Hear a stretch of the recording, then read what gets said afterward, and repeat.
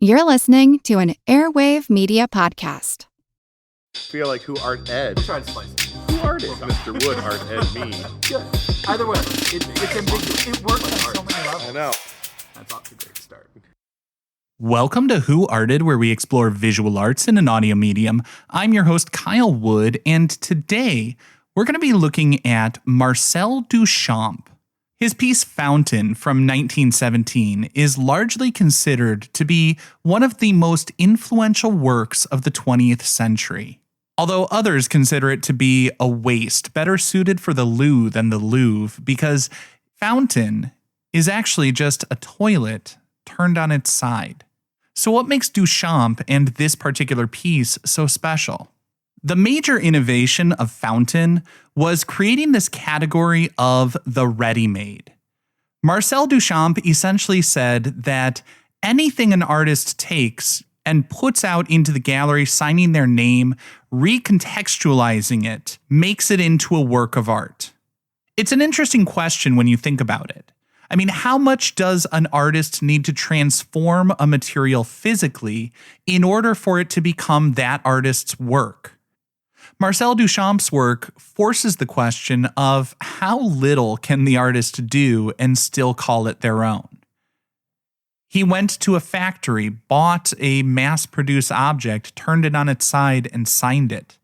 Interestingly, he didn't even sign his own name, and some people say he may not have produced the original Fountain. And I don't mean he didn't go to the factory and work to construct it. We all know he didn't do that. Some people say he may have actually just claimed credit for someone else's work because the piece was submitted anonymously. There is some speculation that he may have had a friend of his submit it on his behalf. There was another artist from the time, Baroness Elsa von Freytag-Loringhoven. She was a surrealist and a friend of Duchamp's. And critically, she was known to use found objects to create sculptures and artworks well before Duchamp did. I think her earliest was documented a year before Duchamp was creating his assemblages using found objects.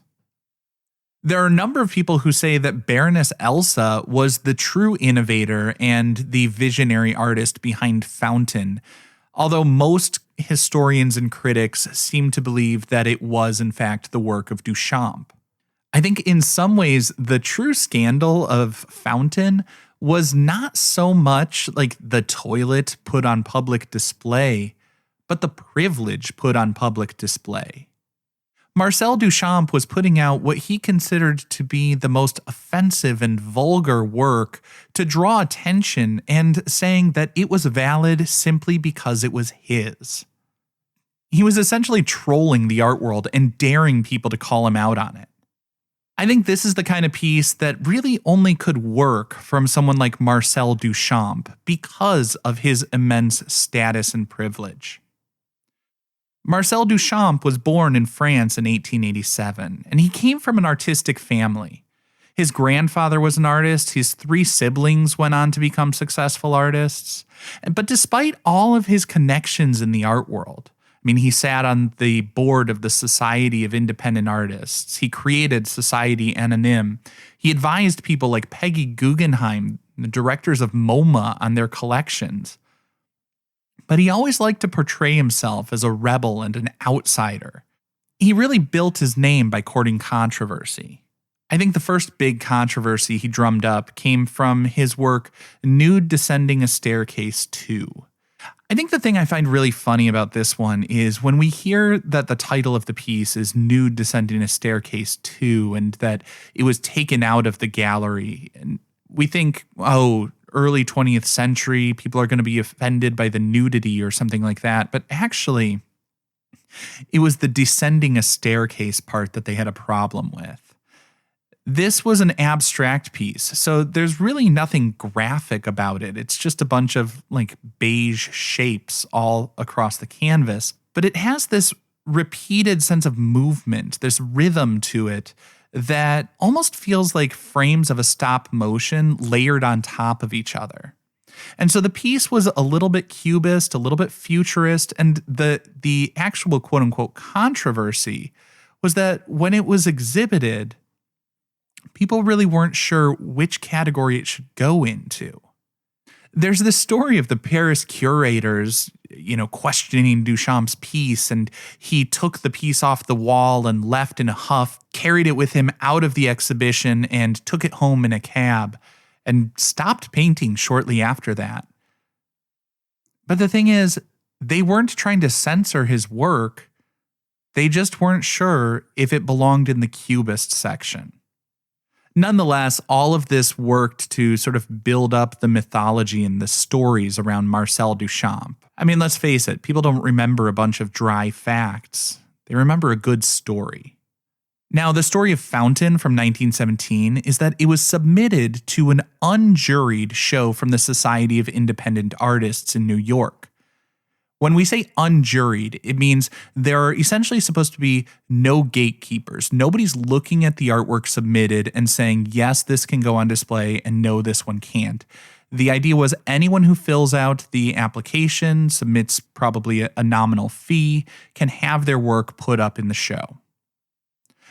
Duchamp is said to have been testing the limits of what was allowed to be shown in an unjuried show. He wanted to see if they would actually put up anything that people submitted if the artist paid their fee. Of course, you have to remember Duchamp was sitting on the board of Society of Independent Artists, so he couldn't put his name on there. Because obviously, if somebody from the board that is overseeing the entire organization puts a work out there, they are going to find a space to display it. So he signed it with a different name. The R. Mutt is said to have been possibly a reference to Mutt and Jeff comics, because Marcel Duchamp got his start actually supporting himself by selling cartoons that he made. He was a comic lover, and Mutt and Jeff were popular at that time. Of course, there are other theories that the Mutt may have been a reference to the Mott plumbing company that had produced the fixture. Now, many stories say that the society rejected the piece, but actually they did put it in the gallery. They just put it behind a wall where nobody really saw it. People thought it was kind of a joke. It wasn't a true work of art. Some people thought it might be too vulgar or scandalous for women to see a toilet in the gallery, but they did put it up on display. And it didn't create that much of a stir or a sensation, because as I said, it wasn't very prominently displayed. The original is said to have been destroyed, but of course, Marcel Duchamp brought along his friend, the famed photographer Alfred Stieglitz, to document that piece. That's the only photo we have of the original piece. But then as the stories of the piece being censored, pulled from display, smashed with a sledgehammer, all of that sort of stuff, it starts to generate this buzz. And Marcel Duchamp recognized a good opportunity, so he had 17 replicas made to display in museums. There's something I absolutely love about the fact that the big innovation here was the idea of the ready-made, that an artist could take something mass-produced and alter it slightly, show it in a new context to transform its meaning and turn it into a work of art.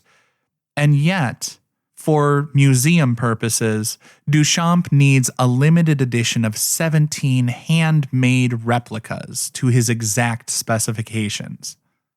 Now, like it or not, Marcel Duchamp's Fountain was tremendously influential on the next generation of artists. He centered the idea and the creativity in the artistic mindset as the definitive aspect of art rather than the craftsmanship and the construction of the actual piece. Duchamp said that any object could become a work of art simply because an artist says it is. Because the idea is to question at what point materials become a work of art. We don't feel like artists need to make their own paints or canvas.